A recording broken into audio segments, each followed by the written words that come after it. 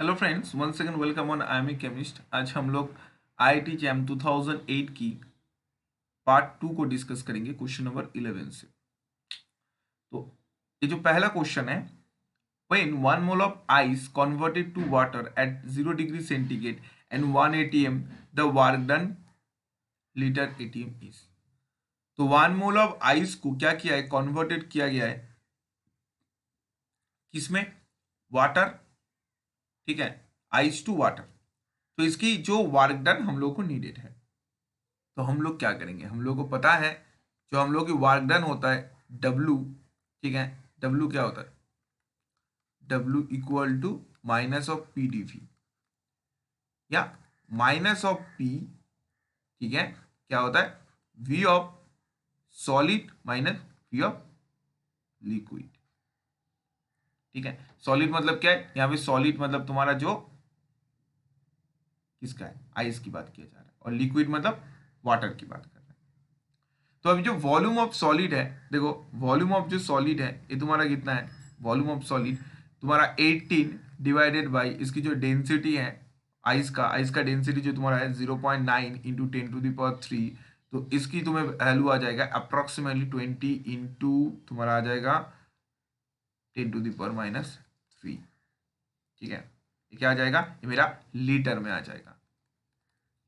और अगर तुम वी ऑफ लिक्विड की बात करो, मतलब नॉर्मल वाटर की, ठीक है, लिक्विड की, तो ये क्या हो जाएगा 18 डिवाइडेड बाई तुम्हारा क्या हो जाएगा 1 इंटू 10⁻³ क्योंकि लिक्विड जो वाटर है उसकी डेंसिटी 1 है, तो यहाँ पे तुम्हारा क्या आ जाएगा 18 इंटू 10⁻³ ठीक है। और अगर इसमें क्वेश्चन में वापस जाऊंगा, क्वेश्चन में देखो यहाँ पे जो हम लोगों की जो प्रेशर है, प्रेशर गिवन था 1 एटीएम। ठीक है, प्रेशर यहाँ पे गिवन था 1 एटीएम। तो सिंपल जो 1 एटीएम है मैं यहाँ पे फॉर्मूला में पुट करूंगा, अभी जस्ट फॉर्मूला की यूज है, माइनस ऑफ 1 प्रेशर है 1 एटीएम इंटू वी एस मतलब जो सॉलिड है आइस का 20 इंटू 10⁻³ माइनस ऑफ 18 इंटू 10⁻³ तो इक्वल टू मेरा जो वैल्यू आएगा, डेटा आएगा, इसको कैलकुलेट करने के बाद -2 इंटू 10⁻³ एटीएम लीटर। क्या जाएगा, एटीएम लीटर, क्योंकि प्रेशर का यूनिट है एटीएम और वॉल्यूम के यूनिट यूनिट है लीटर, तो एटीएम लीटर। तो मैं अगर मेरी आंसर की को चेक करूंगा 2 इंटू 10⁻³ जो मेरा आंसर बी में है। ठीक है, यहाँ पे बी में है। देखो ये जो नेगेटिव साइन की जो मीनिंग था, ये नेगेटिव साइन यहाँ पे ऑन द सिस्टम या बाय द सिस्टम को डिनोट कर रहा है। ठीक है, तो साइन की यहाँ पे इंपॉर्टेंस नहीं है, साइन यहाँ पे बेसिकली तुम्हारा system by the system work कर रहा है इसको बता रहा है। बेसिकली यहाँ पे वैल्यू इंपॉर्टेंट था। ठीक है, इस केस में तो यहाँ पे आंसर क्या हो जाएगा, आंसर हो जाएगा बी। जस्ट सिंपल क्या था, हम लोगों को जो आइस है और जो वाटर था उनकी वॉल्यूम को हम लोग को निकाल लेना था डेंसिटी की यूज से। ठीक है, वाटर की वेट तो तुम्हारा पता ही है, मोलिकुलर वेट 18, तो उससे मास बाई डेंसिटी कर देना था। ठीक है, क्योंकि हम लोग क्या होता है, वॉल्यूम इक्वल टू क्या होता है, मास बाई डेंसिटी। तो यहाँ पे हम लोग just volume equal to mass by density किया और मेरा यहाँ से आंसर निकल गया। एकदम इजी क्वेश्चन था। ठीक है, चलो पिछले क्वेश्चन में जाते हैं, मतलब नेक्स्ट क्वेश्चन, क्वेश्चन नंबर 12 में। When 100 gram of water is reversible heated 50 degree centigrade to 75 degree centigrade at 1 atm, the change in entropy in the universe। तो ये क्वेश्चन बहुत ही अच्छा क्वेश्चन था, बट यहाँ पे इस क्वेश्चन को मैं बिना कैलकुलेशन सॉल्व करूंगा क्योंकि ये क्वेश्चन बहुत ही इंपॉर्टेंट है। यहाँ पे मुझे यूनिवर्स की एंट्रोपी बोला गया है, the change in entropy in the universe. देखो हम लोग की जो फर्स्ट लॉ ऑफ थर्मोडायनामिक्स बोल रहा है, द यूनिवर्स की जो टोटल एंट्रोपी है ये क्या होता है, कांस्टेंट होता है, या यूनिवर्स की जो टोटल एनर्जी होता है ये हमेशा कांस्टेंट होता है, इसको हमेशा याद रखना। यहाँ पे कोई चेंजेस नहीं हो सकते। यूनिवर्स की जो टोटल एंट्रोपी है, डेल एस यूनिवर्स क्या होता है, del S universe equal to del S system plus del S surrounding. तो ये जो सिस्टम सराउंडिंग का इंक्रीज हो सकता है, बट यूनिवर्स का ऑलवेज क्या होता है, इसका कांस्टेंट होता है। यूनिवर्स की एंट्रोपी क्या होता है, हमेशा कांस्टेंट होता है। तो यूनिवर्स की एंट्रोपी कभी चेंज कर नहीं सकते। यूनिवर्स एक बहुत बड़ा है, तुम्हारे अर्थ, प्लैनेट, गैलेक्सी, इन सब की जो ओवरऑल जो एंट्रोपी है ये क्या है, हमेशा कांस्टेंट ही रहता है। तो यूनिवर्स की एंट्रोपी कभी चेंज नहीं हो सकता। यूनिवर्स की एंट्रोपी चेंज जो है वो हमेशा क्या होगा, जीरो ही होगा। तो एकदम इजी बेस्ड क्वेश्चन था, थियोरिटिकल बेस्ड क्वेश्चन था, तुम्हें यहाँ पे कैलकुलेटर यूज करने की कोई जरूरत ही नहीं था। जो नेक्स्ट क्वेश्चन में जाएंगे, for a zero order reaction unit of the rate constant. तो देखो, जो अगर जीरो ऑर्डर रिएक्शन है, हम लोगों को बेसिकली रेट कांस्टेंट का यूनिट क्या होता है, रेट कांस्टेंट का बेसिकली मोल पर लीटर 1 -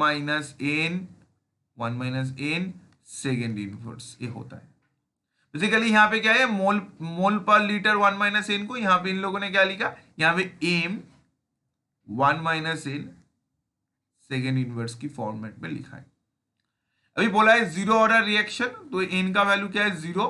तो जीरो अगर पुट करेंगे तो m1 और सेकेंड इनवर्स आ जाएगा, क्योंकि एन की वैल्यू अगर जीरो पुट करेंगे। तो हम लोगों का आंसर क्या आ चुका है, हम लोगों का आंसर आ चुका है answer A.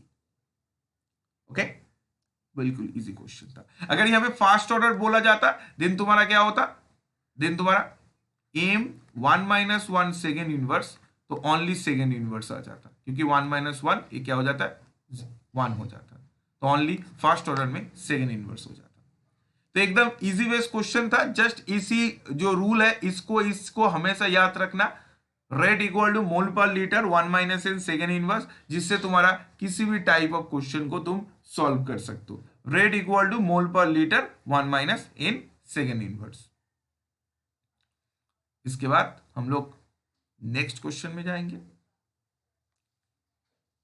1 × 10⁶ moles of enzyme carbonic anhydrase dehydrates H2CO3 to produce 0.6 mole of CO2 per second. The turnover number of enzyme. तो यहाँ पे मुझे क्या किया है, मुझे टर्नओवर नंबर को निकालने बोला है। तो बेसिकली एक फॉर्मूला है केमिकल काइनेटिक्स का, जो टर्नओवर नंबर बेसिकली क्या होता है, चलो देखते हैं। Turnover number equal two moles of product और मोल्स ऑफ एंजाइम। इसकी मैथमेटिकल इक्वेशन को ऐसे लिखा जाता है, टर्नओवर नंबर को के कैटलिस्ट से रिप्रेजेंट किया जाता है, divided equal to V max moles of product divided by तुम्हारे यहाँ पे मोल्स ऑफ एंजाइम या ईटी से रिप्रेजेंट किया जाता है। ठीक है, ये तुम्हारा क्या है, जो सिंबल है। तो टर्नओवर नंबर क्या है, moles of product divided by moles of enzyme. ठीक है, तो अगर मैं इस वापस रिएक्शन में जाऊंगा तो मोल्स ऑफ प्रोडक्ट, कितने प्रोडक्ट है देखो, तुम्हें यहाँ पे गिवन है, जो प्रोड्यूस 0.6 मोल ऑफ CO2, ये तुम्हारा क्या है, प्रोडक्ट है, 0.6 मोल प्रोडक्ट। और जो एंजाइम कॉन्सेंट्रेशन है कार्बोनिक एनाइड्रेस, कार्बोनिक एनाइड्रेस में एक क्या है, बायोइनऑर्गेनिक की एक कंपाउंड है। तुम लोग मुझे कमेंट सेक्शन में बताओ, कार्बोनिक एनाइड्रेस में कौन सा मेटल रहता है, कार्बोनिक एनाइड्रेस में कौन सा मेटल प्रेजेंट होता है। तो यहाँ पे जो एंजाइम कॉन्सेंट्रेशन गिवन था 1 × 10⁻⁻⁶, तो प्रोडक्ट कॉन्सेंट्रेशन 0.6 और एंजाइम कॉन्सेंट्रेशन 1 × 10⁻⁶। तो सिंपल क्या करना है, पुट करना है प्रोडक्ट कॉन्सेंट्रेशन 0.6, एंजाइम कॉन्सेंट्रेशन 1 × 10⁻⁶। इसको कैलकुलेट करूंगा तो क्या मिलेगा, मुझे मिलेगा 6 × 10⁵। क्या मिलेगा, टर्नओवर नंबर या टर्नओवर जो वैल्यू आएगा वो 6 × 10⁵। 6 × 10⁵ कहां पे है, तुम्हारा ऑप्शन डी में है। तो आंसर बन गया डी। एकदम इजी क्वेश्चन था। जस्ट तुम्हें क्या करना है, याद रखना है, turnover number equal two moles of product divided by moles of enzyme. Product की वैल्यू पुट किया, एंजाइम की वैल्यू पुट किया, तो मेरा आंसर आ गया 6 × 10⁵। नेक्स्ट क्वेश्चन में जाएंगे। Give the most probable speed of oxygen gas is 1000 metre per second. The mean average speed under the same condition. तुम्हें मोस्ट प्रोबेबल स्पीड की वैल्यू गिवन है 1000 मीटर पर सेकेंड, बोल रहा है same condition में oxygen gas की average velocity कितना होगा। तो मुझे इसके लिए फॉर्मूला की इस्तेमाल करना होगा। मेरा जो मोस्ट प्रोबेबल स्पीड है इसकी जो फॉर्मूला होता है दैट इज द √2RT/m। इसकी वैल्यू कितना है, गिवन है 1000। और मुझे क्या निकालना है, मुझे एवरेज वेलोसिटी निकालना है। ठीक है, एवरेज वेलोसिटी मतलब एवरेज जो है वी एवरेज, इसका मुझे निकालना है। इसका कितना है, और ये वी एम पी गिवन था मोस्ट प्रोबेबल, इसका मुझे √8RT/m इसका गिवन है, इसका मुझे निकालना है। अभी अगर मैं इक्वेशन 1 और इक्वेशन 2 को कंपेयर करूंगा, इक्वेशन 1 एंड 2, इक्वेशन 1 2 से मुझे ये मिल रहा है, देखो अगर मैं 1 2 को कंपेयर करूंगा तो ये जो एवरेज वेलोसिटी है, ठीक है, अगर मैं 1 डिवाइडेड बाई 2 करूंगा, सपोज मैं 1 डिवाइडेड बाई 2 कर रहा हूं या 2 डिवाइडेड बाई 1 कर रहा हूं, चलो 2 divided by 1, 2 divided by 1, 2 divided by 1 करने से मुझे क्या आएगा, 2 में क्या है V of average divided by जो इसकी मोस्ट प्रोबेबल स्पीड की वेलोसिटी कितना था 1000 equal to 2RTM by √8RTM। अभी 8RT अगर बाहर आ जाएगा, 8RT को बाहर मैं ऐसे लिख सकता हूं, देखो √2RT/m इंटू 2/√π, मैं ऐसे लिख सकता हूं क्योंकि 2/√π ये क्या है, देखो तुम अच्छे से, ये जो √8RT/πm है, अगर मैं 2 इंटू √π मल्टीप्लाई करूंगा, मतलब 2 अगर अंदर चला जाएगा तो 4 हो जाएगा √8RT, और पाई अगर अंदर चला जाएगा तो πm, तो मतलब मैं यहाँ पे 2/√π लिख सकता हूं। मतलब ये दोनों अगर कैंसिल हो जाएगा तो 2/√π मेरा आएगा बाहर। तो वी एवरेज मेरा कितना आ रहा है 1000 इंटू 2 डिवाइडेड बाई √π अगर मैं √π का वैल्यू कितना होता है यहाँ पे 1.7 समथिंग √π की वैल्यू होता है 1.77, तो इसको तुम सॉल्व करोगे तुम्हारा आएगा 1128 मीटर पर सेकेंड। तो बहुत ही अच्छा क्वेश्चन था। यहाँ पे क्या आ चुका है मेरा आंसर 1128 मीटर पर सेकेंड। तो वीडियो को पॉज करो, पॉज करके इस कंप्लीट जो कैलकुलेशन है इसको नोट कर लो। चलो हम लोग जाते हैं नेक्स्ट क्वेश्चन में। तो यहां पे आंसर होगा बी। नेक्स्ट जो क्वेश्चन है, if electron were spin 3/2 particle instead of half spin then the number of electrons that can be accommodated in a level. एक थोड़ा क्वांटम की क्वेश्चन था, बोला एक लेवल है एनर्जी लेवल जिसकी टोटल वैल्यू है h/2 पार्टिकल इलेक्ट्रॉन, तो वहां पे कितने इलेक्ट्रॉन आ सकता है। ठीक है, अभी मुझे पता है अगर एस का वैल्यू 3/2 है तो एम का वैल्यू जो होगा एम एस, ये क्या होता है -s2 + s। ठीक है, तो यहां पे क्या होगा, ऐसे हो सकता है -3/2 + हाफ माइनस हाफ, एक minute, -3/2 minus half plus half plus 3/2, मतलब -s2 + s अगर जाएगा तो -3/2 माइनस हाफ प्लस हाफ और प्लस 3/2 ऐसे जाएगा हाफ स्पिन, क्योंकि यहां पे बोला है ऑड नंबर में रखना है, तो -s2 + हाफ तुम्हें ऐसे ही जाएगा। तो यहां पे मतलब यहां पे 4 इलेक्ट्रॉन को एकोमोडेट कर सकता है। कि कितने इलेक्ट्रॉन को एकोमोडेट कर सकता है, 4 इलेक्ट्रॉन को। 4 values possible in this energy state. ये जो 3/2 ये जो एनर्जी स्टेट है, बेसिकली क्वांटम की क्वेश्चन था, वहां पे क्या होगा 4 इलेक्ट्रॉन एकोमोडेट कर सकता है। तो अगर नेक्स्ट क्वेश्चन में जाएंगे हम लोग, for a particle in a cubic box the total number of quantum number need to specify its state are. देखो एक क्यूबिक बॉक्स बोला गया है, क्यूबिक बॉक्स मतलब बेसिकली ये क्या है, 3D बॉक्स है। क्यूबिक बॉक्स क्या होता है, 3D बॉक्स। तो 3D बॉक्स में तुम्हारा जो एनर्जी की जो इक्वेशन होता है क्या होता है, equal to N X square N Y square N Z square H square by 8m²। मतलब ये क्या है, एक 3D बॉक्स है, तो यहाँ पे तीनों principal quantum number N X N Y और एन जेड तीनों का ही जरूरत है, तो आंसर बन जाएगा 3, क्योंकि ये क्या है, एक 3D बॉक्स है।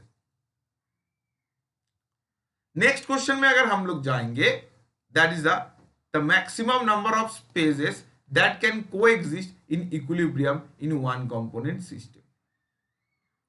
वन कंपोनेंट सिस्टम के लिए तुम्हारा कितने मैक्सिमम फेज हो सकता है। अभी देखो एकदम इजी क्वेश्चन था, मैक्सिमम कितने फेज एग्जिस्ट कर सकता है। चलो हम लोग देखते हैं। हम लोग की फॉर्मूला क्या होता है, F equal to C independent minus P plus 2, जहां पे एफ क्या होता है, degree of freedom, C independent minus P for phase plus 2। अभी अगर मैं सी इंडिपेंडेंट को देखूंगा, सी इंडिपेंडेंट क्या होता है, टोटल कंपोनेंट, ठीक है, माइनस इक्विलिब्रियम। तो यहां पे अगर तुम देखोगे ये जो लाइन गिवन है, यहाँ पे क्या है, यहाँ पे इक्विलिब्रियम में बोला गया, इक्विलिब्रियम में क्या होगा, ए और बी, सपोज ए और बी दोनों इक्विलिब्रियम में।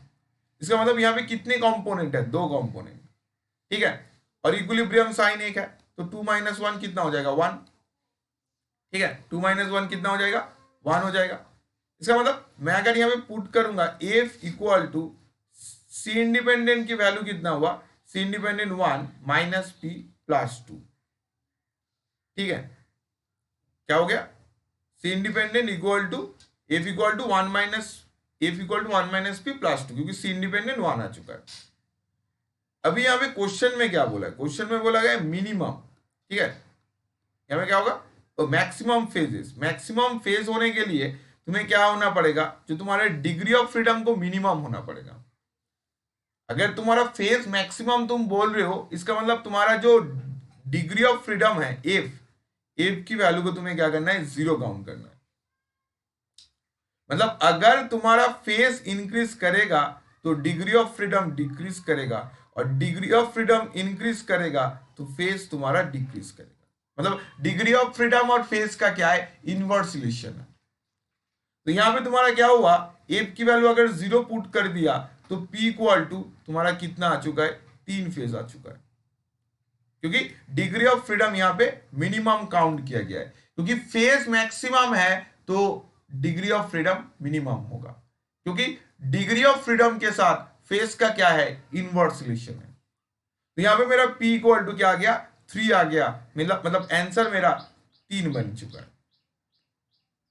आंसर मेरा 3 बन चुका है। एकदम बहुत ही बढ़िया क्वेश्चन था। नेक्स्ट क्वेश्चन में हम लोग जाएंगे।